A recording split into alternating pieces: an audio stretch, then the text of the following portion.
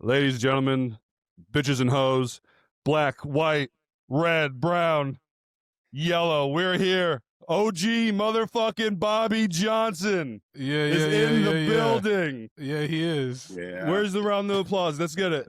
You want the round of applause? Yeah, There we go. hit it. Let's cheer. Let's cheer for our guy. Woo! OG. Yeah.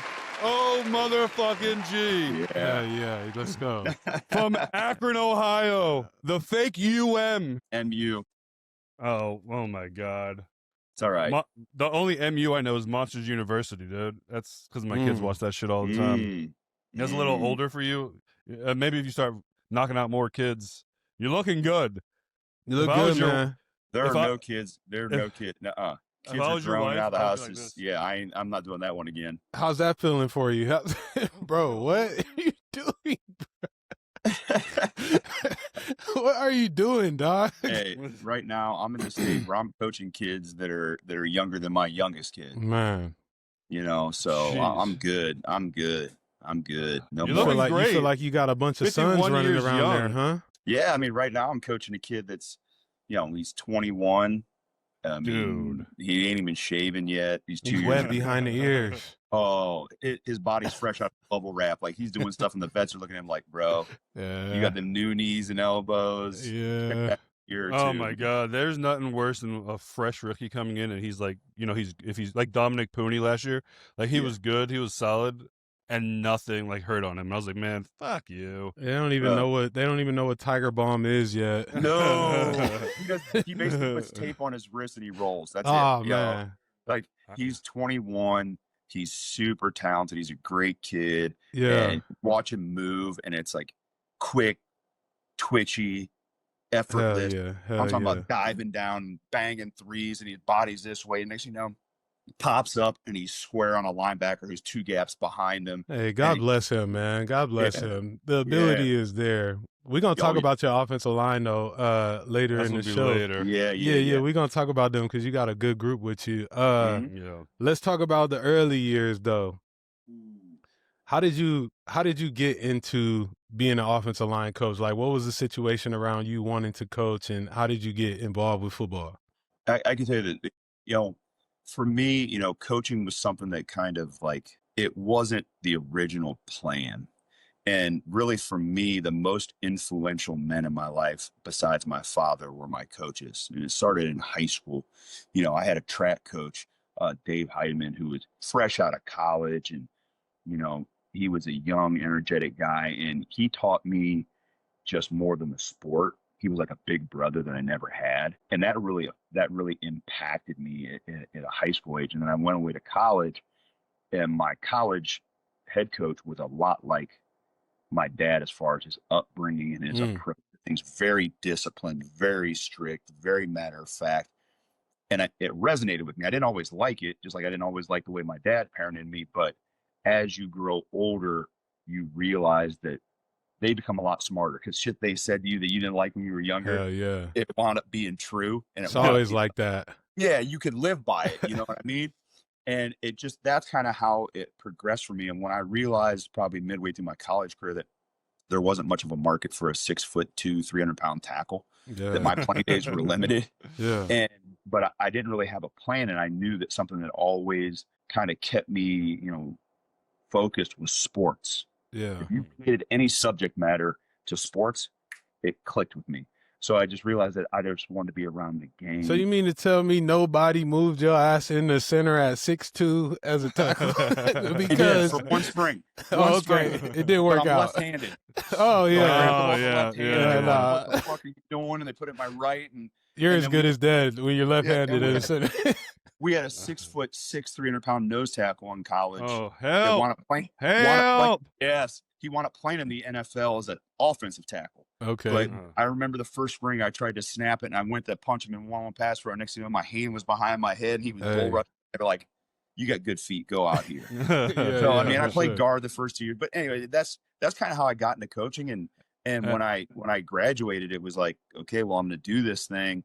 And my college coach at my school, coaching was really, really important. I mean, they had classes on it. So I got a minor, and I thought I was going to be the GA there. And the head coach called me in, Randy Walker, rest in peace. He sat me down and goes, you know what? You're not going to be the GA here. And it kind of crushed me because I was like, man, I did everything they asked me to do. And he was like, sometimes it's better to get away and learn and then come back. And that's exactly what I did. I went away to a different school. I actually went on the other side of the ball for 4 years. Hell yeah. First job was the D-line GA, and then I became the D-line coach. And then I eventually went back to my alma mater and went back on the other side of the ball. And, yeah, it's kind of progressed from there. But you always kind of gravitate toward what you played because it's what you know. Yeah, for sure. Let me ask you a quick question. Yeah. When you say you're track coach, you're definitely a field guy, right? You weren't out there running shot put. You had to be shot put discus. I ran the 200 too. Get the hey. Fastest time senior year at 270 pounds. I run a 25 flat in 200.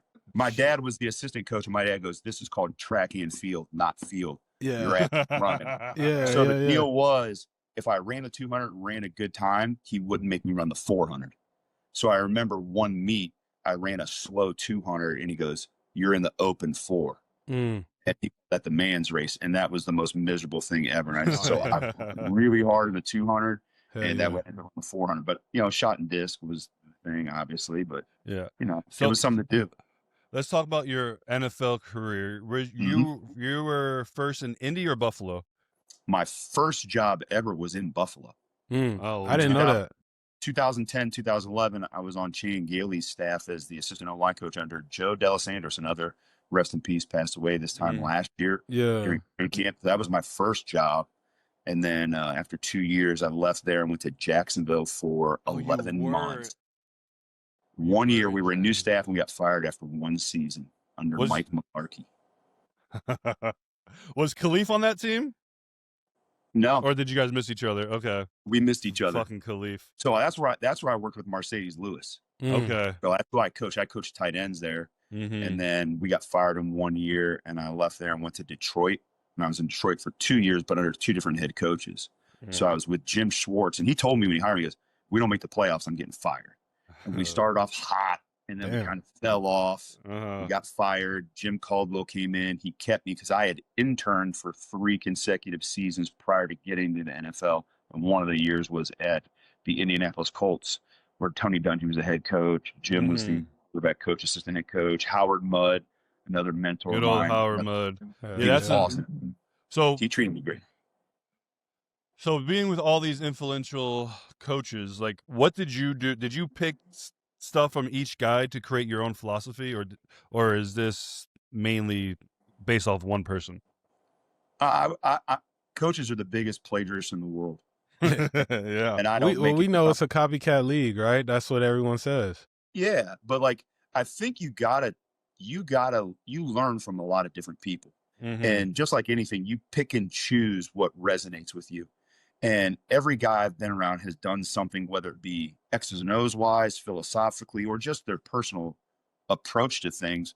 And there are certain things that resonate with me. That one thing I've learned over the years is magnify your strengths and minimize your weaknesses. So things that resonated with me were things that I felt like I could do. Because one thing about the NFL is you can't bullshit players. Yeah. And I learned that the hard way. I tried to do something that, a certain way that somebody else did it and I didn't have the answers, or maybe I tried to do something from a relationship standpoint that wasn't really genuine to me, and the player could see right through it. Yeah. So I kind of picked and choose things from guys that really fit how I felt as a person, and that made it more genuine and more authentic when I coached guys. So it goes all the way from how I handle players to how I game plan to how I coach certain things. And one thing that I kind of prided myself on is trying to stay ahead of the curve, evolving, changing, not getting stuck in your ways. As as linemen, we've all been around that coach who's a hard ass old school guy that this is the way we're doing, and it doesn't work. Yeah. And it gets frustrating. So I've always tried to, the one thing that over probably the last 4 years, I really preached to my guys, I need to see it through your face mask. I'm not the one playing. Yeah. I can pause in my office and freeze it and figure it out. You guys can't. So I encourage communication over the last 4 years, and tell me what you see so that I can change how I see it, so I can give you real in the moment answers for shit you're dealing with. Yeah. I ain't dealing with it. I'm on the sideline. Yeah, I'm looking at shit. Yeah. But you got to tell me what you're seeing so that I can give you an answer that really works. Hell yeah. And that that was always in you because we always had that relationship. Mm-hmm. But it was like you had to build trust with you. It's your freaking job. You like everything that we do out there comes on you. So there's. Pause. Yeah, no Diddy. Oh my god. I mean, you walk right into that one. I did. Hey, bro. Yeah. You're doing great, though. Thank you. I'm trying to be, I'm trying to make sure HR, what I'm saying? Bobby has a real job here, he's not a player. He's on a short leash. He can't say certain things. Like I can call them the Redskins because they'll always be the Redskins for me. He can't do that. But he works for the Washington Commanders. Facts. And he's doing a phenomenal job. Let's talk about it. Facts. Before we talk about that, me and Bobby first met in 2015. Where we were in Oakland together. He was the tight end coach at the time. Yeah, the good old Raiders. It was a good time. For a tight end coach, I never met someone that wanted to be an offensive line coach more in my life. Why coach a blocking tight end? I mean oh my yeah, you coach the right tackle 90% of the time. Yeah. Lee Smith. Hey, is it hard to coach tight ends? That was probably where I learned the most. Mm-hmm. Because you can, as like you guys saw the game differently because you had the ball in your hand. Yeah. So you had to see like safety rotation, stuff like that. Most guys live in that box where they're like, oh, 100%. A tackle is not looking at anything besides who's on the end. Yeah, I blocked the end. Hey, I got him 95% of the time until you guys tell me to do something different. 100%. Right? Yeah. The Deion Dawkins rule, right? Yeah, but facts.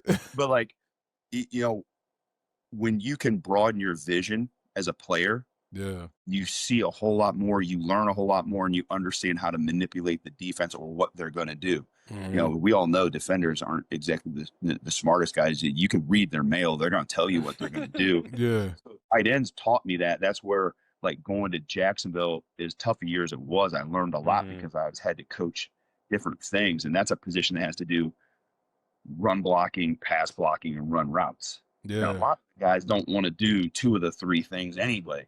So you got to figure out how to get them to be able to be functional, and you just see things differently. How the coverage affects the front, and how the front affects the coverage, and how the coverage affects alignments and gap responsibilities and run fits. And so that just helped me become a better line coach. Because like, if you watch tape now, some of the stuff I try to do in a run game standpoint is fuck with the defense, fuck with their eyes, fuck with their run fits, try to make them hesitate. And keep the shit the same for the guys inside the box. Yeah, for sure. You know what I mean? So that it really helped me. It was fun, but it really helped me eventually get to the position that I wanted to be. Yeah. And Jamil, I don't know you know this story, but it was our last year in Oakland together. Bobby always did everything he could for me because he always did the short yardage and goal line shit. So he would always throw me in at like tight end or fullback. Yeah, okay. So he was my guy forever. It all makes sense now. Yeah. But he told me, he was like, it was probably a Friday before a practice, and he was like, we're just talking, chopping it up. And he's like, I can't wait for the day I'm a O-line coach. And he's like, if you're available, I'm going to get you, and we're going to fucking ride it out. Fast forward, they get fired. Then I'm under fucking Gruden for a year, which was fucking something. Gruden and Tom Cable. Tom Cable's a fucking... Oh, man. I can only imagine. Wacko. I loved him. Loved my year with him, but he's a little crazy. So I'm a free agent. I barely played. I played like I probably started 4 or 5 games my 4th year with Oakland because Kelechi got hurt. And I'm fucking stressing. Yeah. There's like the Steelers and the Lions were talking, and I was like, I'm not fucking going to Detroit. Yeah. Obviously they weren't at the time. They weren't as good as they are now. It's probably a lot easier to go to Detroit now.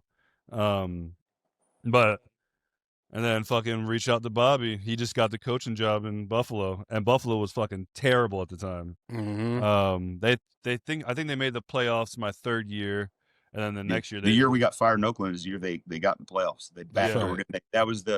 That was the game where they were all in the locker room. They just got done playing, I think, against Miami. Yep. And they were watching the end of the Cincinnati-Baltimore game. That's right. Since they had nothing to play for.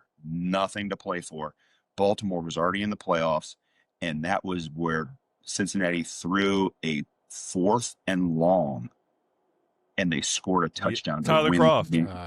Tyler Croft. They scored a touchdown to win the game, and with Baltimore losing, somehow the mathematics worked out where Buffalo eked in. Mm-hmm. I think that was the year that Jacksonville was like the number 1 seed, and Buffalo went down to Jacksonville and got the brakes beat off of them. Yeah, hell yeah, I remember that. Jacksonville should have went to the Super Bowl that year. Yeah, and I think they lost to the Patriots. They did. The AFC Championship or something. Yeah, like they that. did. But, they did. Yeah, but then their D-line, their defense was really good that year. Was oh my just God, unbelievable. Their secondary was fire. I mean, everyone was fire. Yeah, that next year, Buffalo was really bad. Mm-hmm. And then in 19 is when I got there. Matter of fact, I remember talking to you on the phone. I just got there. I was in a hotel in downtown Buffalo, and we were on the phone talking, and you're like, well, I'll come. And I was like, okay, let's work this out. And I went in the next day and like he went to bat for me. He fucking banged on the table. But they had already signed 3 veteran interior guys. They signed Spencer Long. Yep. They had signed they got Mitch Morse. Yeah. And they got Quentin Spain. And so when I went in, they were like, wait, well, yeah, let's take another guy. Mm-hmm. I was like, well, I got a guy to come right now. And they were like, okay, well, we don't, I don't even know what the numbers were or anything like that, but they were like, all right, let's see if we can get it done. And literally it happened like 36 hours. Hell yeah. That's fire. I got broke off a little bit too for someone that didn't play at all. Because you wound up starting for 3 years. Yeah. Damn, that has to feel good though, that you went and stood on the table for him, and then he obviously panned out to, be the player that you were bringing in.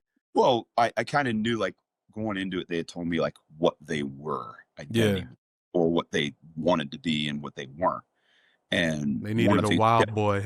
Well, what they kept saying was they wanted tough, smart, and dependable. And I was like, well, he's tough. He's tough. No, he's football smart. Now the dependable part is like, depends on what day you get him, He is tough. He's tough as nails. I said, now the dependable, like, you can depend on him, like, for sure, bringing an attitude. For sure. But now, like, there's going to be a blip on the radar that you're going to want to kind of sweep under the rug. But for sure, that was the thing that came in, because, like, we got there and it was, we had Dion and Wyatt Teller was there, and he was a second-year player that they, for some reason, they didn't feel real strongly about for one reason or another. And, it just kind of, it worked itself out to where we were able to, put together a crew for a 3-year run that we wound up turning the kind of the trajectory of Buffalo, and then obviously I left and went to New York and brought you along again. Let's not skip over.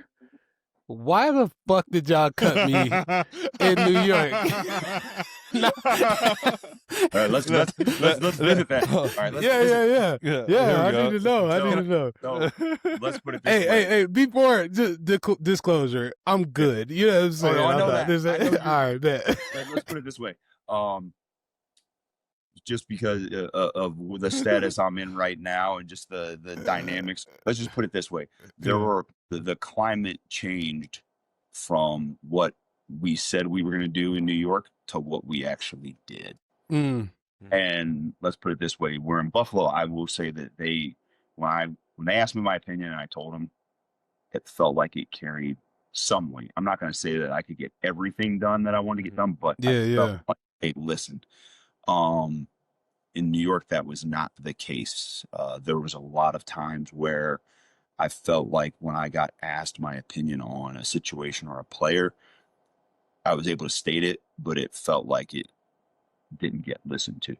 So when I said that we needed something or somebody fit a role or somebody fill the need that we had, I felt like they decided that they knew better and they already had a plan, and they just asked me as a way to check a box. And I feel like guys couldn't read you at that point because you were just so chill. Like, you were just like, man, I'm gonna go out here and fucking ball and whatever. Who, me? Else you talking about me? Yeah, you.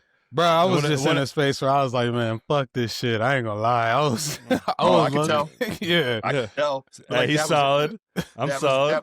That was the thing, is like, that made it hard in that situation, because that's kind of what I was talking about before, is you have to build a genuine, authentic relationship with guys, and it makes it difficult when you're telling them something that you believe to be true. Yeah. And something changes that you're unaware of, that all of a sudden you look like the asshole because something you said turns out completely different. Yeah. Right. That taught. I learned a lot in the 2 years in New York, and I handle myself in situations drastically different now, to where I don't ever put myself in that situation, because at the end of the day, I'm the one in that room talking to the guys, telling them something, mentally prepared. And that's the biggest thing, is you're getting guys more mentally prepared than you are physically prepared. Yeah, you're doing the physical piece, but if a guy ain't in the right headspace, he ain't going to play great. Yeah. And you probably as a coach have a bigger bearing on that than you realize. And I learned that in New York, that there were some times where guys weren't in the headspace they needed to go to perform, and it had a lot to do with stuff that was happening in the building. Hell yeah. You know, and line play is so much of a chemistry between the 5 guys that are playing, the room, and the coach. And if that ain't right, Sunday ain't going to be right. It's not. It don't matter how good you are. We see there's a lot of talented dudes out there that you go watch, and there's probably something going on behind closed doors that nobody even knows is going on, that's affecting his play. 100%. You know. And talking about New York, what you got, man?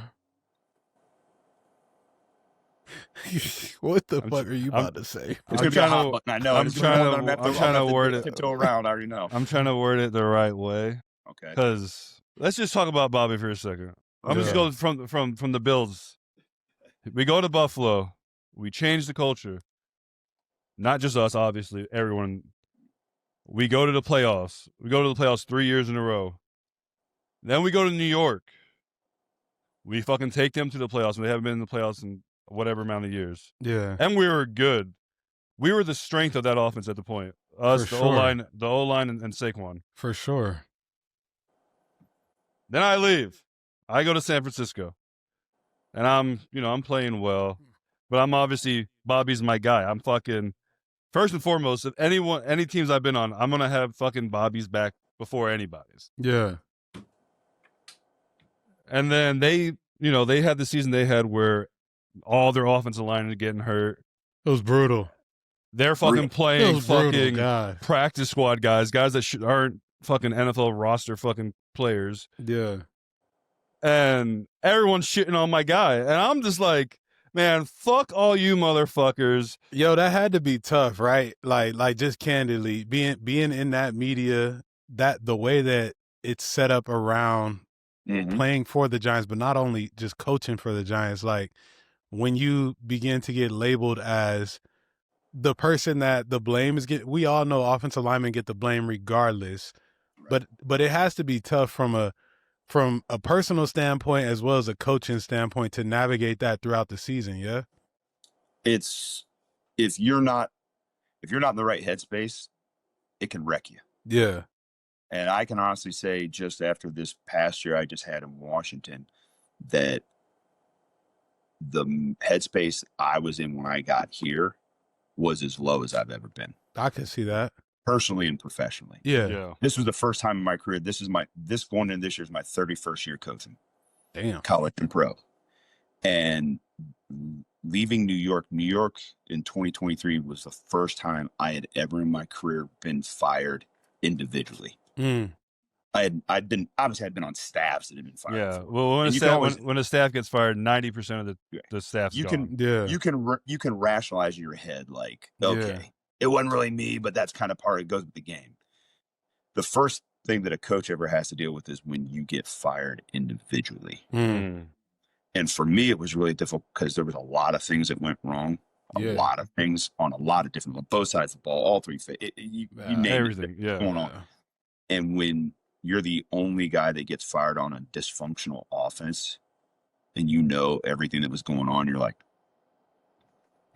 just me? Yeah. If you fired everybody, I'd have been like, okay, I get it, but it was just me. So it put me in a bad space. And I got here, and Dan Quinn has been, man. Dan Quinn is. I heard nothing but great things about him. I can tell you this: he basically threw me a life raft, and it changed the trajectory of my life. Yeah. I'm in the best headspace, best physical space, and it just happened because of a conversation you have with me. I get fired and I was in a bad place because, like, as you know, like then that media, it can fucking shoot you up. And it was like, I don't know how to coach. I had never developed players. Like, it was like I forgot how to coach. Yeah. Not even forgot. I never knew, you know, and it was, they had a history of having bad lines, except for when they won the Super Bowls. And I'm like, okay, well, you've had bad lines before I got here. Got a bad line situation now. What are we talking about, you know? But you still can't help but to take it personal. I mean, my family took it personal because I just stopped reading social media. I stopped because it was killing me, and part of my life, it fucked my family up. Yeah, especially you have you had daughters, not little, obviously they're 20s in their 20s, but like they care about Pops and his well-being for sure. Was at the Jets. My oldest daughter's on the coaching staff of the Jets, and so she's hearing it, and then what happens is a perception happens. Yeah, I don't know how to coach. I don't know how to develop guys. I don't know how to do this. And I'm thinking, man, in 1 year, that's what. So it.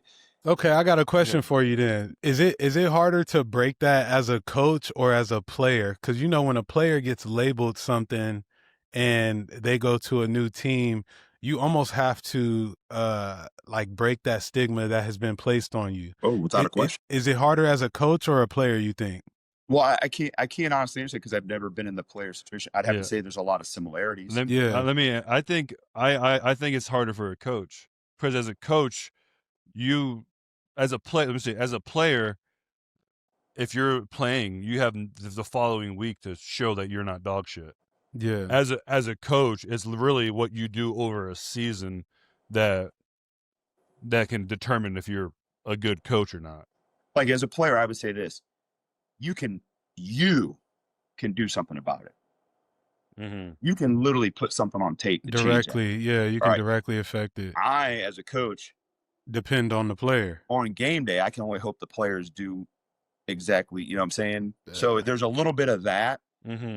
But once again, like I could put them in better positions, keep them in bad positions, things like that. But that's not always under my control either. Hell yeah. Yeah. Hey, don't call this. Like I can sit there and say, hey, to a coordinator, hey, this, if they do this and bad play, don't call it. Yeah. They call it anyway. Nah, for sure. Yeah, you don't have control over it. We were giving up sacks left and right in New York because we had a revolving doors line. Yeah. We go play the Cowboys in Dallas. I mean, we're like, okay, we got a third string quarterback in, you know, Tommy DeVito, good kid. You know, he's a undrafted free agent, and we'd been giving up sacks. We hadn't been producing on offense, and we got in the second half. And in the first 3 plays of the second half, we throw 3 consecutive 7-step drop 5-man pros. Hey man, and we give up 2 sacks and an incomplete, and then we punt. And it's I don't know what the fuck I'm doing. So yeah. You know, you don't have control over the play call. So there's so many things out of my control. So that's right. I say it's a little bit harder, just you know, because I've been in that situation. Yeah. But I can say that what turned me around was I was in a dark spot. I'd interviewed in Cleveland, thought it did a great job. I was waiting to hear. You know, I had a safety net kind of deal with another team, you know, to go there as the assistant and kind of have a reclamation year and kind of turn things around. And I get on an interview with Dan Quinn and Cliff Kingsbury on Zoom.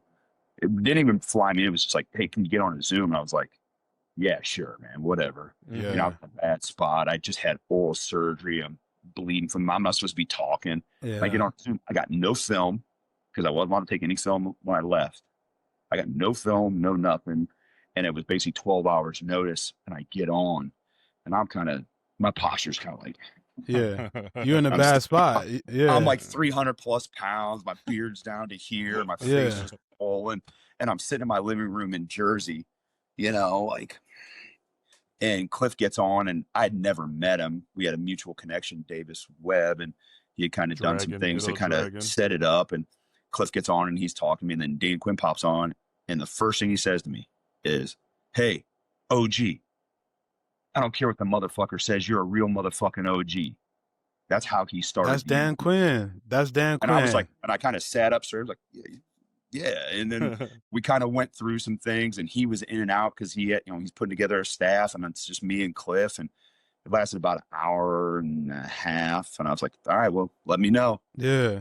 And then boom, it happens, and it things kind of fell in line, man. Talk about Dan Quinn a little bit. I got to spend some time with Dan in Atlanta, and the way that he goes about changing the culture in the building from a brotherhood standpoint, from a dog mentality standpoint, like it is it's a culture shift, and the guys buy into it and they fucking love it. So like talk about what it's like to go to battle with Dan Quinn, because I know what it's like, but I want to hear from a coach's standpoint.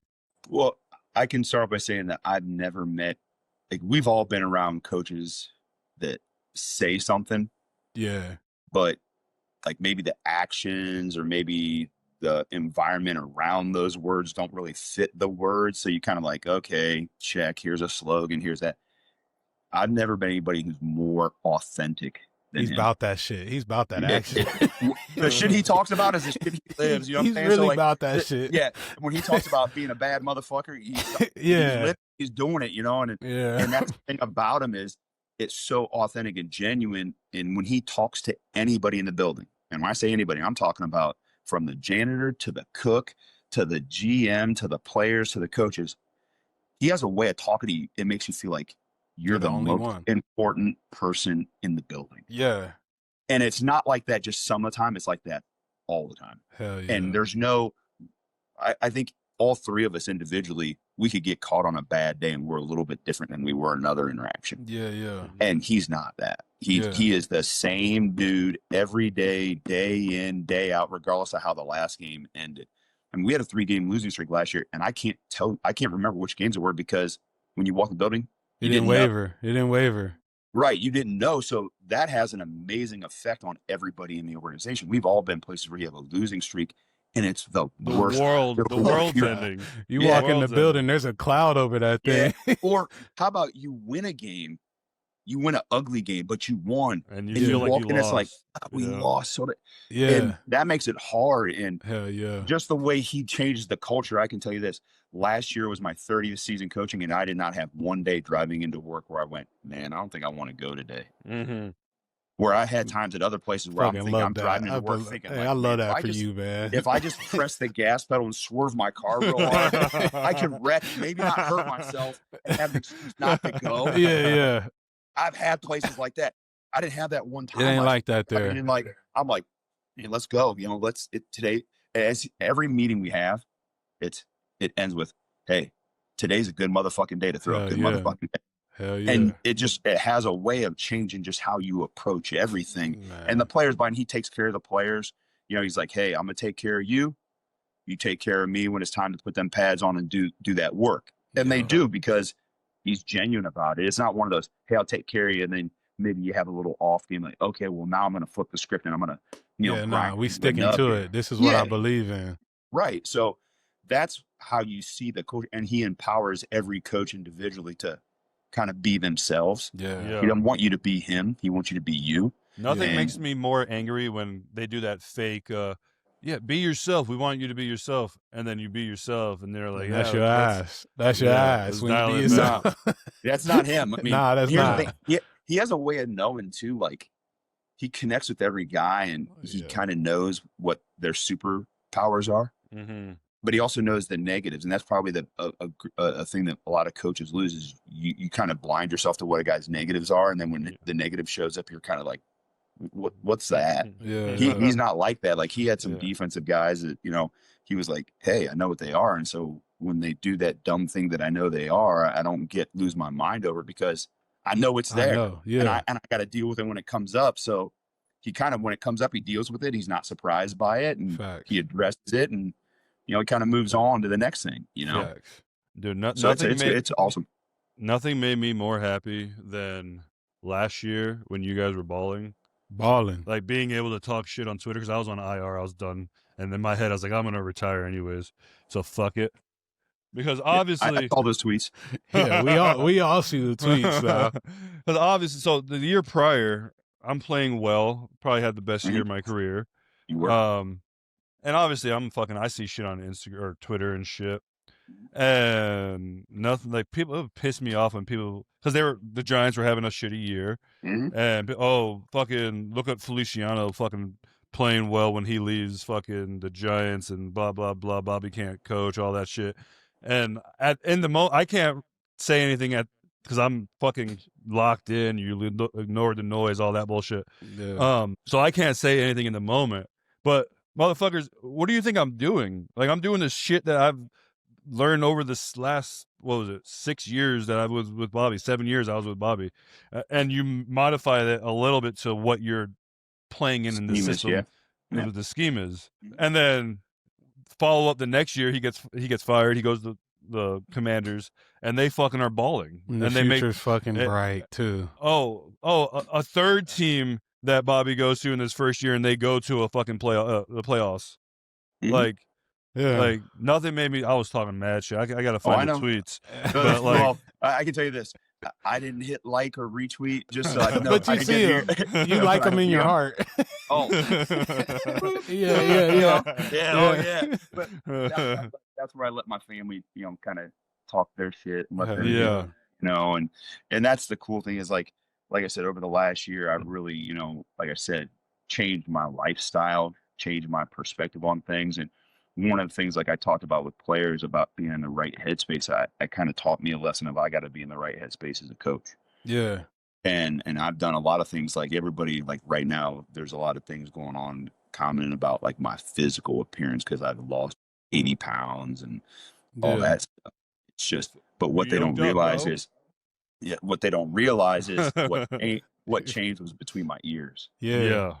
That matters. I really like, Jamil, some of the things you've posted since and talked about and podcasted about since you got done about just mental health and headspace. Yeah. And that resonated with me. And that was something that maybe sometimes players don't realize is they have just as much impact on the coaches. And that's something where guys, when I know them, I still follow them. I may not call them every day. I may not text them every day, but I kind of stay in the shadows and watch what's going on and listening and just hearing how you address some of those things yourself as a player, and going through from a different phase of your life, a different career path. It made me start to kind of look inside and go like, well, how do I get myself right? Mentally. Hell yeah. And so like there's a bunch of things that I do that led to my physical change, and it's changed kind of how I deal with everything. Like I journal every day. It's that alignment, dude. You're in alignment right now. You got to get it right, or you're not going to be right in anything. And I ain't gonna lie. In New York, I became a pretty heavy drinker. Yeah. And now I might have a couple glasses of wine a month, maybe. And you guys, Jon knows I love wine. I was in the wine game deep and got into the bourbon game during COVID. And well, if you're not going to drink that Pappy, you can send it back over this way. I mean, I saved that for like when we had the Hail Mary win against Chicago. Oh yeah, the boys were like, crazy. Hey, you got to break open one. So I broke one open, had a drink, took a picture, sent it to the boys. But like just the headspace. You got to be in the right headspace, I think. And it taught me you got to be in the right headspace overall in all your aspects. That shit all adds up. Let's talk about the future in Washington. You got the kid, Jaden Daniels, dog. You guys, baby Jesus. Yeah, you guys got the coaching staff to put this shit all together. Dan Quinn, we talked about him. He's great. Cliff is great as a coordinator and what he does. The offensive line. Pick up Larry Tunsil, well respected.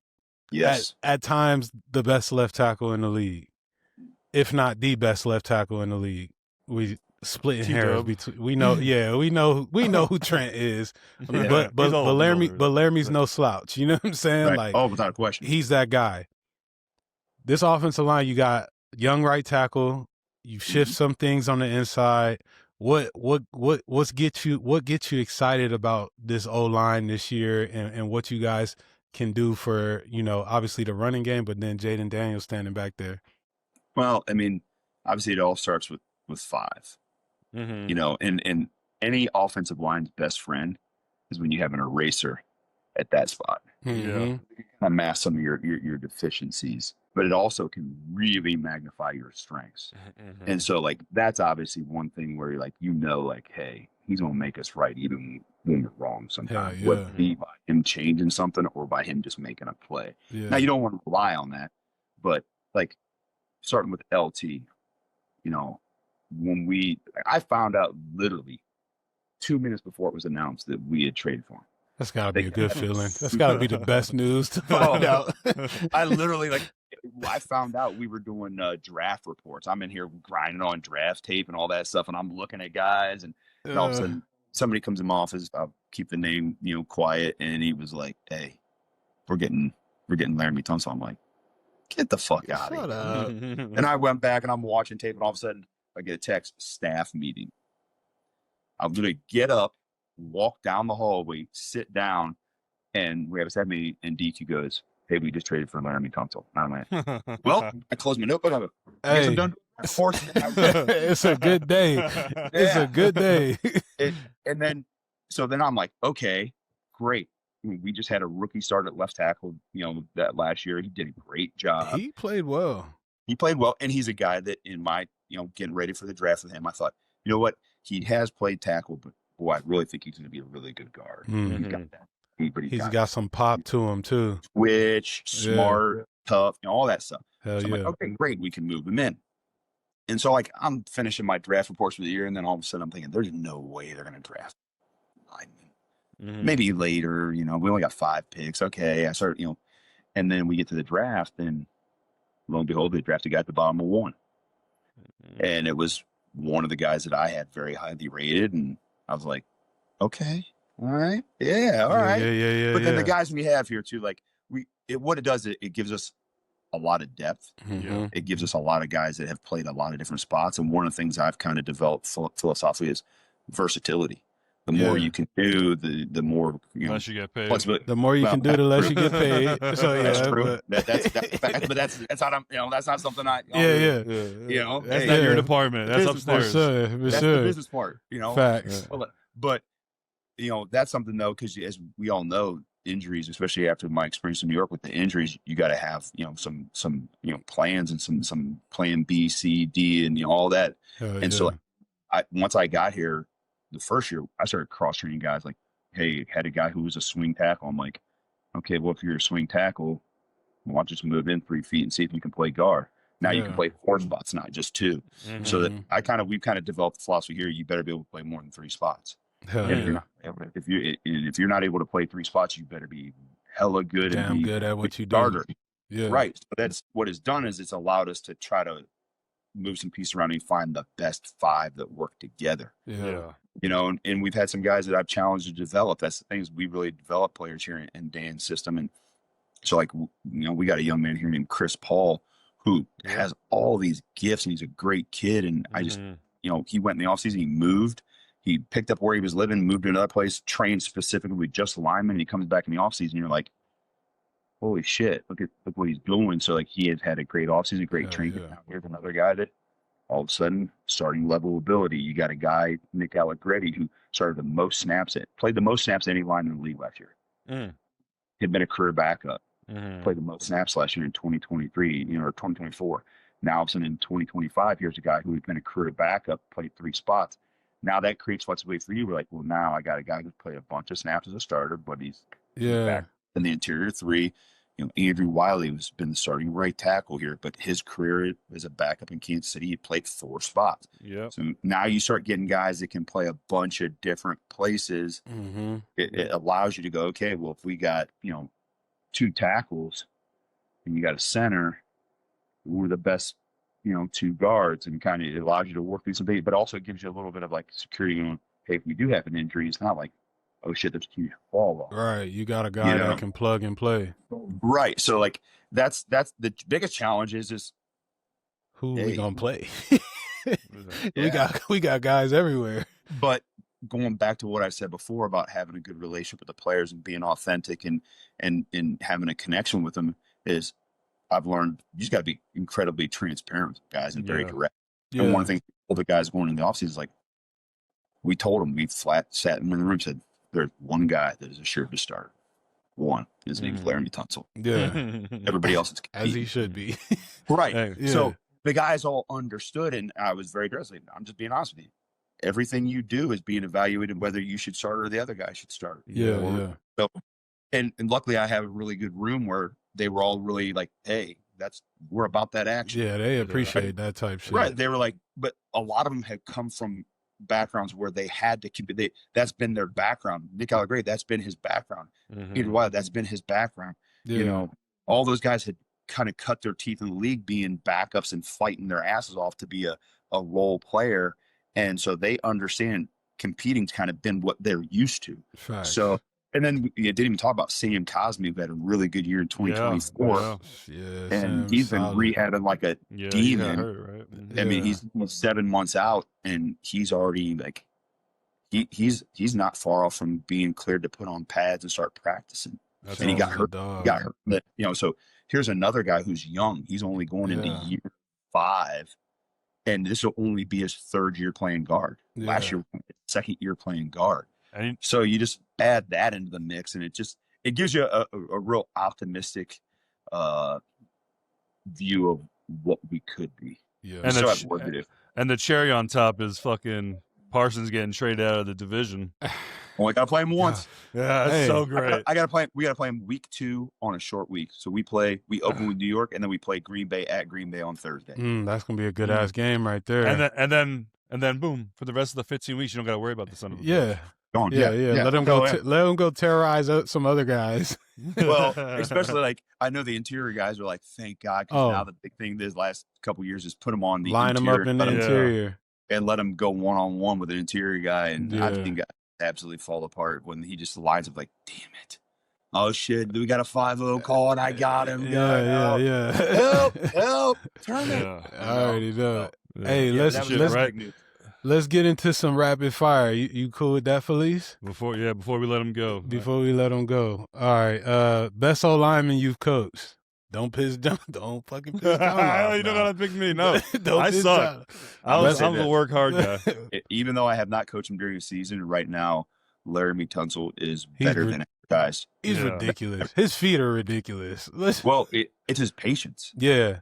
He doesn't let the defender change. He doesn't get out of character from what he knows. Yeah.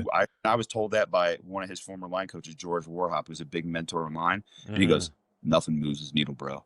Nothing moves his needle. And talking to him every day, I go, hey, how you doing today, LT? He goes, solid, baby. Solid. Yep. That's it. And he goes, the man takes the same set every play. Nothing changes about. Nope. But here's the thing that people I think he doesn't get enough credit for. He's a worker. Yeah. He works his ass off. Yeah. He does little things that every time I'm around the rookie and we watch LT do it, I go, you see that? You're like, what, coach? He's so young and green. I'm like, you know how he finished. Yeah. So now I get to where I'm just showing drill tape to this young kid. So I'd have to say him, even though I haven't had him in a game yet. Yeah. Okay. Just from what I see in his preparation. Okay. What's favorite O-line room like prank or moment? What's something that stands out in your head? Oh God. Oh man. You know what? I would say that my favorite room, and I can't come up with one in particular because it was a series of them, was just our time in Buffalo. I think there were a lot of really good things in there, over the course of 3 years. However, closely rivaled by the 3 years in Oakland, even though I was not in the O-line room. There was a lot of, I would say the thing that, I don't know if it was necessarily a prank, but I remember the day that we gave Coleche a vet day, and then Penn lost his mind, tore up a room. So then he got a vet day. And then Rodney was like, why don't I get a vet day? He gets a vet day the same Everybody day. get a vet day. And so basically what happened is everybody got a vet day that day except for, I think it was probably Gabe Jackson. No, Gabe wound up getting one because he just sat there and smiled. So Mike felt bad. So it was Marshall Newhouse was the only guy that didn't get a vet day. Marshall, short end of the stick. We went into practice, and it was like a 3rd down day, and we've got the 2 practice squad linemen, you, Marshall, and I can't even remember who the 5th guy was. And probably it was Vidal. Might have been Vidal, and then the 2 guys they drafted in the same draft class. Sharp, and then the kid from North Carolina A&T, maybe Brandon Parker. something. Yeah, Brandon Parker, and then I can't remember who the fifth guy was. And we're doing third down, basically a big blitz day. And I'm like, shit getting torched out there. Oh, Carr was like, every time he caught the ball, there was somebody running right by him. He's like, what are we doing? So that was probably the biggest day where like, hey, just some staged antics to get vet days on a third down day in game prep. So we know you done toned up and you fit now and everything. What's the post game or the post practice meal looking like? Like, what's your favorite thing to indulge in after a big win? I know, don't give me the healthy answer. I like some spinach and shit like that. No, I don't do that. Tell me what. I don't do that. You still a big guy at heart. So tell me what you indulge in. I would say whenever I let myself just like cut loose, I go in on a pizza. I'm talking about like, gotta do that. I go in on a pizza now. It was a lot easier to do that when it was New York and there was great pizza everywhere. Here in Virginia, your options are limited, but there's a couple spots I got, and I limit myself to 2 pieces. When I let myself go, that whole pie is getting smashed. Hell yeah. Just absolutely smashed. Hell yeah. Love that. Yeah. Well, double pepperoni, double cheese, Italian sausage, double cheese, man. Oh yeah. All that. That's my might have to get that tonight. Yeah, that's my celebration. It is Friday, man. So I'm thinking about it too right now, to be honest. I don't got weigh-ins anymore. Yeah. Facts. Oh shit, Bobby, dog. we appreciate you joining us. Anytime. My thing is this, guys. I can't thank you guys enough for what you did for me. Sometimes you guys don't even realize what it is, but there's certain guys throughout my career, and probably more than you think, that have impacted me in ways that I can't even, I don't got enough time to explain to you, but that's the cool part about what we do. There's games and shit, but like you ask me stuff, and more often than not at this point in my career, it's like interactions with players probably outside of the X's and O's. It's just maybe sometimes just sitting down and chopping it up. That's the shit that I remember more now and talk about more than anything, Hell yeah. Yeah. I don't want to cry on here, but you know how I feel, man. No, I know.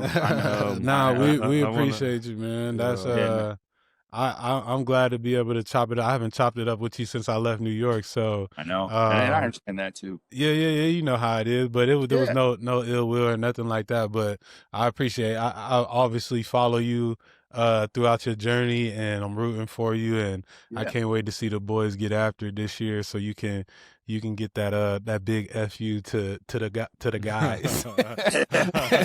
Hey, all I know is like I do keep a list now. Yeah, got to. There's sometimes like when you're getting ready for a game, I'm like, you know what? Let me pull this list out. I'm gonna put a little sauce on this play right here, and then that way it's almost like.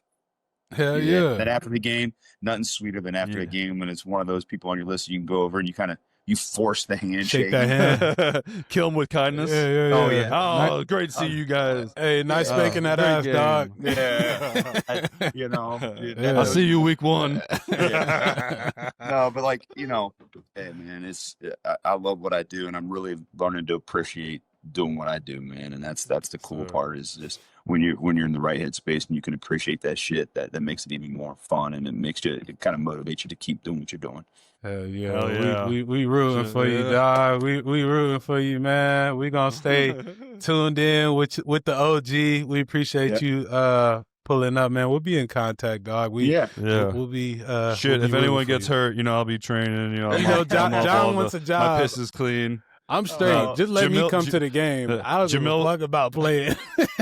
No, but it was funny because somebody called me about you because you had done the intern with the Rams. Yeah. And then I made a couple of phone calls, and things didn't kind of fall the way they fell. But trust, I know that you got that kind of in the back, and you're trying to do that. I love the game, dude. I love the game. It's hard, dude. It's hard. I just got to navigate what part of the game I love. So, well, that's the thing, is like that's always the hard part as a player, because I've been around guys who are former players to get into coaching, and it's funny when it's that piece. They sometimes don't recognize the stuff that happens when they leave the building. Yeah. And when you find guys who do want to do that, I'm telling you, right now my assistant is Darnell Stapleton. He's a fucking rock star. Yeah. He played in the league for 3 years, won a Super Bowl in Pittsburgh, got in the league as an undrafted free agent, wound up starting, win a Super Bowl, and he's been coaching for a minute in college, and now he's here with me. and that dude's a fucking rock star. Hell like, yeah. he is going to be a dude. And it's like, he kind of figured out, like, hey, I'm about that life. About, I mean, when the players leave the building, that shit, I'm down with it. And You gotta be about that life now. That shit. And here's the thing, the experience of playing like you guys when you get into coaching, that shit's so valuable because I see how he connects with the players. Because I can sit there and say, hey, you got to do this, and I know there are times I say that and guys look at me like, yeah, he's a fuck. But when he says it, they're like, okay, yeah, he knows. Yeah, he put his hand in the dirt. Mm-hmm. You know what I'm saying? And that's something that I never did that on Sundays. So that's where, like, that's really if you really want to do that, man, just stay in touch with me because I will for sure. I will for sure. I want to say this, so the fans at home don't understand like what the fuck the coaches go through. Like, we feel like we're there all day, but I mean, I feel like there's been months where I go to work and Bobby's like, yeah, been here. My back hurts. I slept on the couch. Like, we go home and Quinn, I don't do that shit. Like, now, well, here's the thing. Now I've learned that there's a certain point in time where no good ideas happen, and that was something Shane Gailey told me in my first job, and I was like, "Come on." He said, "No good ideas happen after 10 o'clock." Yeah. So now, my standing rule is, I got two good assistants, Darnell Stapleton and Shane Toe, and we're meeting and shit. And I tell them, I'm 9 o'clock hits, I'm like, boys, we got 1 hour. Yeah. And sometimes I'm like, hey, we're out of here at 9 o'clock because we come in early. I said, I want us to be fresh. So, like, hey, 10 o'clock, if we were still working, I'm like, 10 o'clock, we're done. Get out. We get the fuck out. You know what I'm saying? Because right now, I get up at 4, do the ice plunge, do my routine. 6 o'clock. And people don't realize we're here from 6 until 10 plus. 10, yep. You know, and sometimes it's.